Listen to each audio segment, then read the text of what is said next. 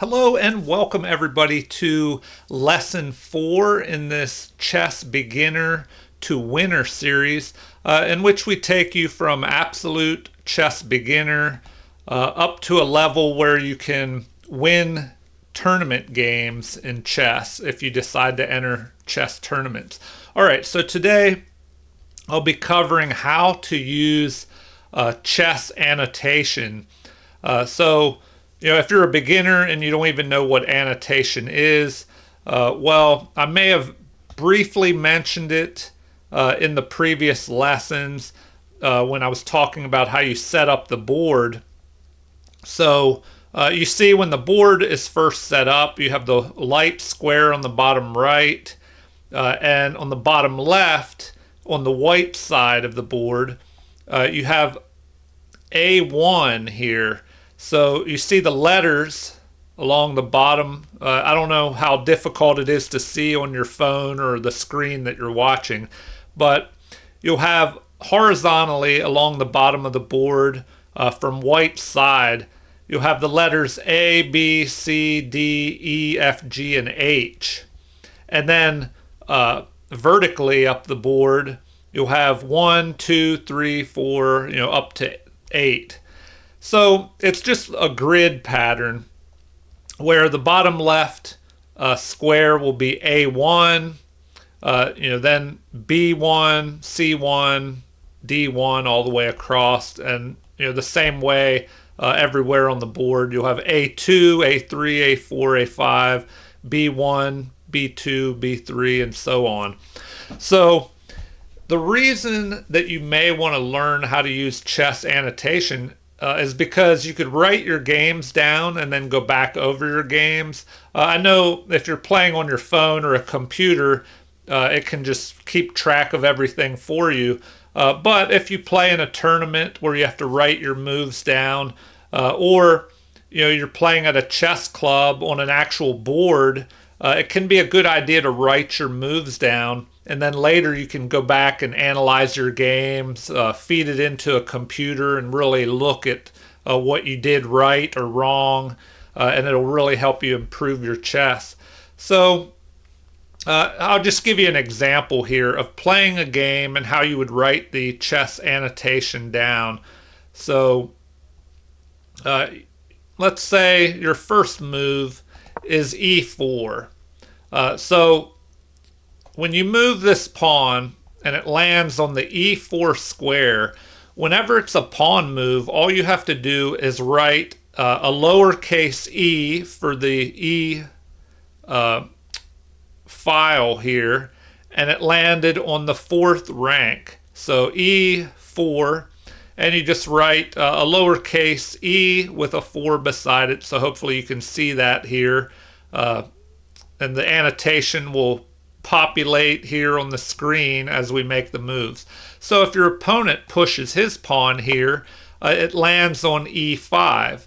So it would be written with a 1 for the first move by both sides. So the first move by white was E4, and then beside that you would write black's move of E5. Now when you make your second move, let's say the knight jumps up here to the F3 square. Well, because knight and king, both of those words begin with the letter K, and the king is given the capital K for its letter that's abbreviating king.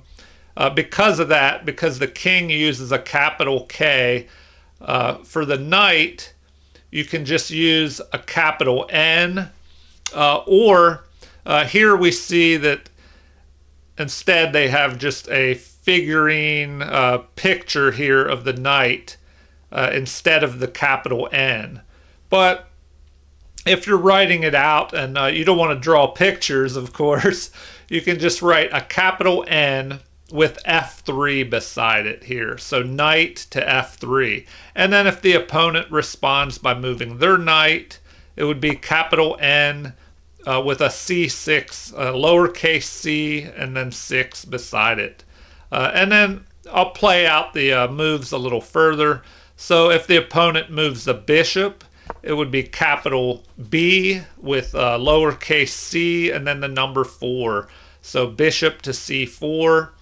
And now, let's say the opponent does the same, bishop to c5. And now, this is where it can be a little tricky. Let's say that the opponent castles to the king side. Well, now, if you can see this annotation here, the notation just gives a 0-0 or O-O here. And so that's what you would put for castling on the king side. Now, later I'll show you here when I'll have black castle on the queen side, and I'll show you the difference in the notation between castling king side and queen side. For queen side castling, you would have 3 O's, so O-O-O, which I'll show you here in a little bit. So now let's say white just pushes a pawn forward here. Oh, excuse me, it's black's turn still. So knight to f6 is played by black. And then let's say d3 is played, so lowercase d with the number 3 beside it.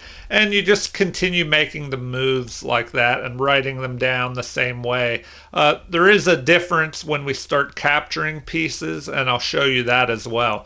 So if the moves just were to continue here, let's say, here's a good example. Perhaps the bishop moves here, and black decides to capture this bishop. So white would write down capital B with E3 because that's the square that it landed on. So bishop captures here. And so for that, you would write a capital B for your bishop and then an X because you're taking a piece, or capturing a piece. So it would be capital B, lowercase x for capturing, so that's the symbol for capturing a piece, and then the square of that the piece was on that you captured, which was E3. And then now white would recapture with a pawn. So with the pawn, you don't write a P for pawn, you just capture, and then you would write down the square, the letter of the square that pawn was on, which was on F. So F, X for captures, and then E3 because the bishop was on E3. So F, X, lowercase f, lowercase x, E3. And then if you can see the annotation written on the side here, hopefully you're able to see that. All right, so now it's black's turn. So let's say black does the same thing here, moves his bishop up, attacking, and white, instead of capturing, just decides to retreat back here. So black's bishop move would have been capital B and then E6 because that's where this black bishop moved, and white retreated, so it would just be capital B for bishop with lowercase b and 3 for the B3 square. All right, so I think you get the idea. So let's say the game continues on. Now for the queen, it would just be capital Q, and then it moves to D7. So Q is the letter for the queen. So queen to D7 would just be a capital Q and then D7. And then this annotation, of course, just has pictures for the pieces so you can see what they are.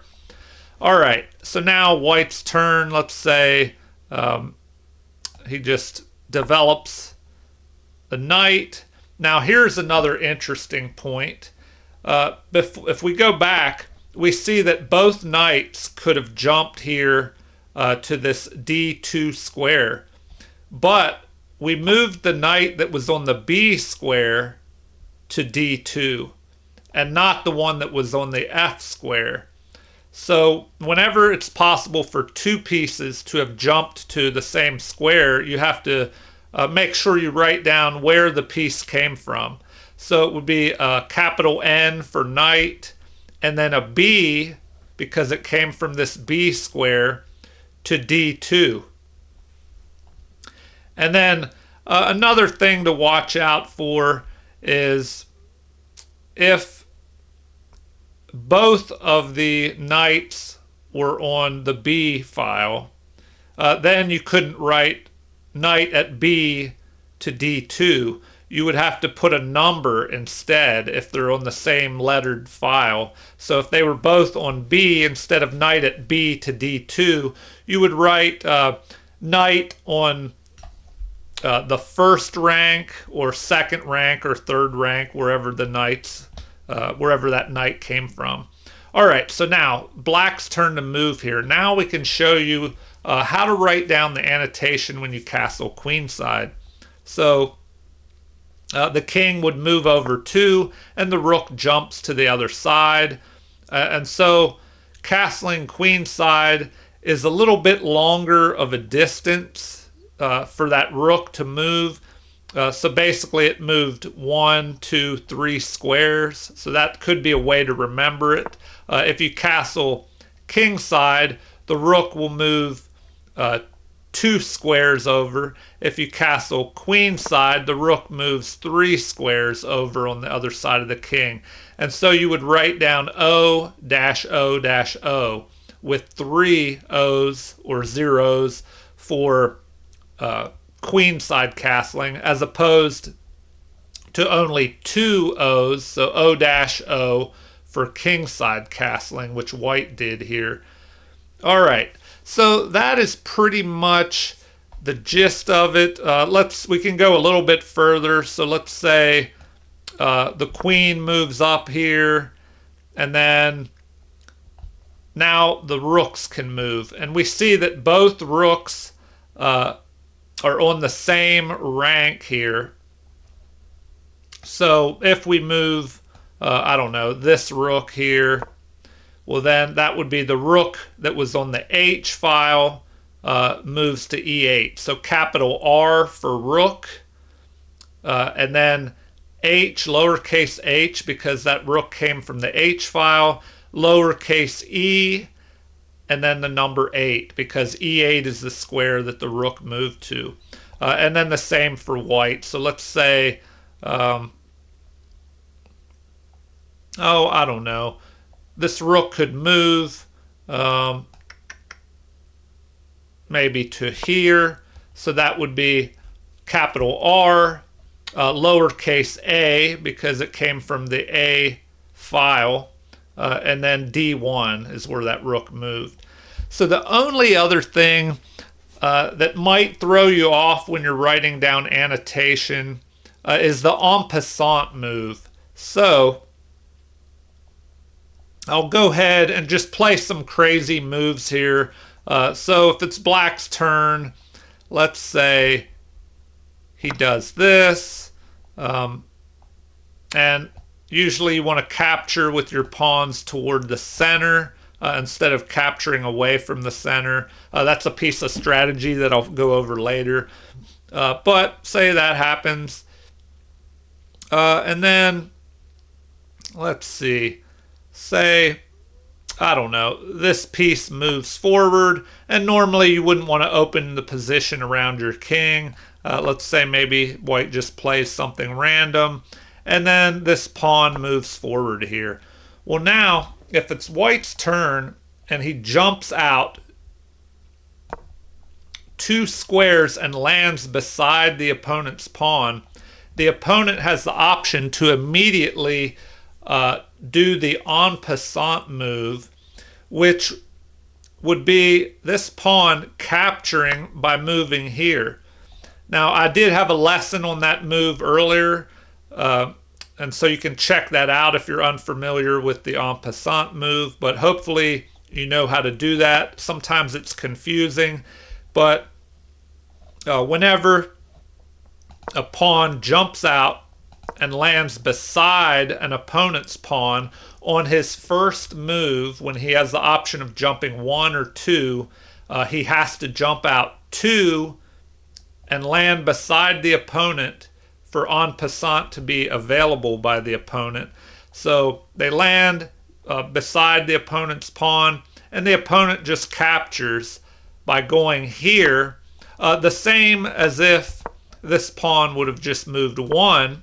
So if that pawn moves one square to c3, and then we just have a capture like this, it would just be b, so lowercase b, because that's the square the pawn was on, lowercase x for captures, and then lowercase c and 3. B captures on c3 here, so bx c3, and that is like a normal capture.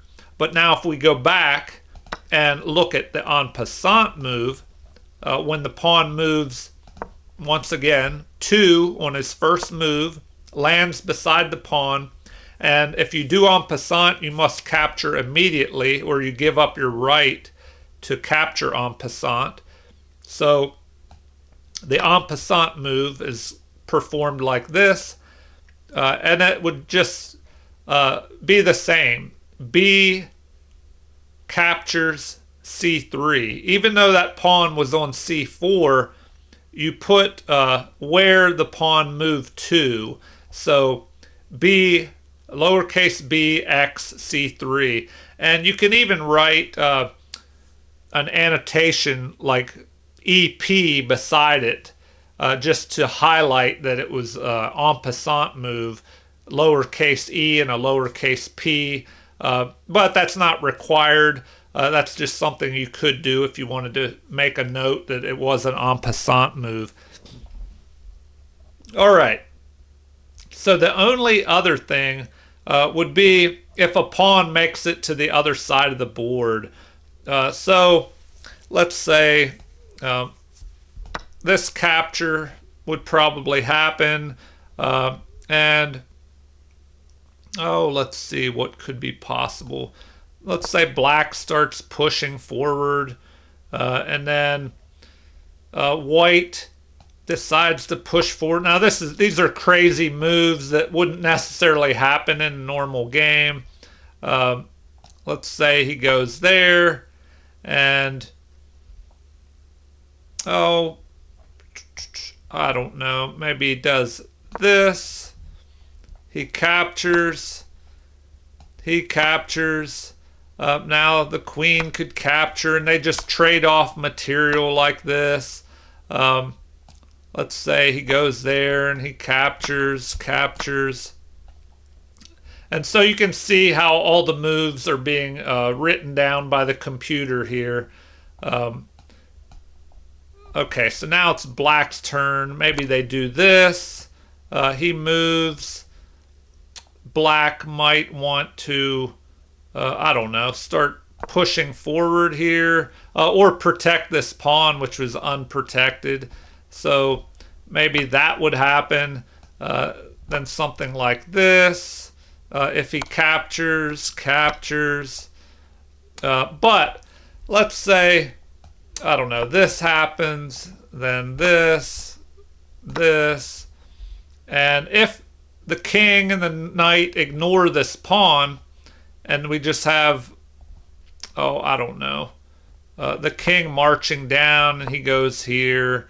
And let's say they just forget about this pawn and start attacking here, and the pawn just keeps marching, and it's completely forgotten about. I don't know, where was that? Something like this. Let's say he captures, and now both of these pawns could start marching. So if he goes after, or excuse me, if this one starts marching and he goes after this one, well, then this one would promote to a queen. So now, once you move here, to write this down and annotate, you would write, just like it is here on the computer, A1, that was the pawn move that you made. You moved your pawn to A1, and then you can write down equals queen, a capital Q for queen, or an R for rook, or whatever you promote that pawn to, but usually it'll be a queen. You can write E1 equals queen, or E1 and then a capital Q in parentheses, however you want to annotate that to show that you promoted it to a queen. All right, well, before this video goes on forever, I will end it there. So hopefully that showed you how to write down the annotation. I'll do a quick review. So when you start out and you move a pawn, for pawns, you just write down the square that they move to. So E4 here, and you write a lowercase e and then the number 4. And the same with the opponent here, lowercase e and then 5. And now for pieces, you write whatever the piece is with a capital letter. So remember, king and knight both begin with a K, but when you write down the chess moves, the king gets the capital K and a knight will get a capital N. So this move would be capital N, lowercase f, and then 3 for knight to F3. And this would be capital N, lowercase c, and then the number 6 for knight to C6. And the bishop is a capital B, and then lowercase c4. So knights are capital N, queens are capital Q, kings are capital K, rooks are the capital R. Capital B for bishop and capital N for knights, if I already said that. Just remember the pawns, you don't have to write a P down at all. You just write the square that they move to. And just remember when you capture something, so if we move forward here, whenever this bishop captures, you just write capital B because the bishop is capturing. And then you put an X for capture, a lowercase x, and then you just write down the letter and number of the square of the piece that you captured. So B, capital B, lowercase x, and then E3 for this capture. And for the pawn capture, it would just be F, the file that the pawn was on, the F file, and then lowercase x for captures, and then E3 because the captured piece was on the E3 square. And the only other thing to remember is when you do a kingside castling, it is 0-0 or O-O, but it's like a capital O, however you want to write it so you know, but 0 or O-O. And then queen side castling is a longer castling move, and so that has 3 O's. O-O-O. So the only other thing is promotion and en passant. So for en passant, let's see, where did I have that move? Maybe here or a little further. Let's see. All right, right here. So for en passant, just remember the capture would be written the same way as if the pawn only moved 1 square forward. So if we had C3 instead, well then it would be B, so lowercase b, lowercase x, lowercase C3, because that is where the pawn is. So that would be just B, X, C3. And it would be the same for en passant. So if you have C4, the pawn ends up on this C3 square, so it would still be BXC3. And you could put down a little EP beside it if you need to let you know that was an en passant capture. And then again, for the promotion, you just write down the square that the pawn moves to, so it'll be A1, and then you can write equals Q for queen, or parentheses with Q in, however you want to do that. Okay, I think I've covered everything on how chess notation is written down. Remember, you can use it to record your games. You can use it to read a lot of chess books and learn all kinds of interesting things because there's a lot of good books out there. So I hope this helped you. Stick around for the next lesson, and I will try and help you progress more from a chess beginner to winner of tournament chess games. So thank you everybody for watching. If you haven't liked and subscribed, please go ahead and do so. Also, feel free to leave comments or suggestions or even requests for things that you would like to see if there's something you really want to see in a future lesson. And I'll try and get to that.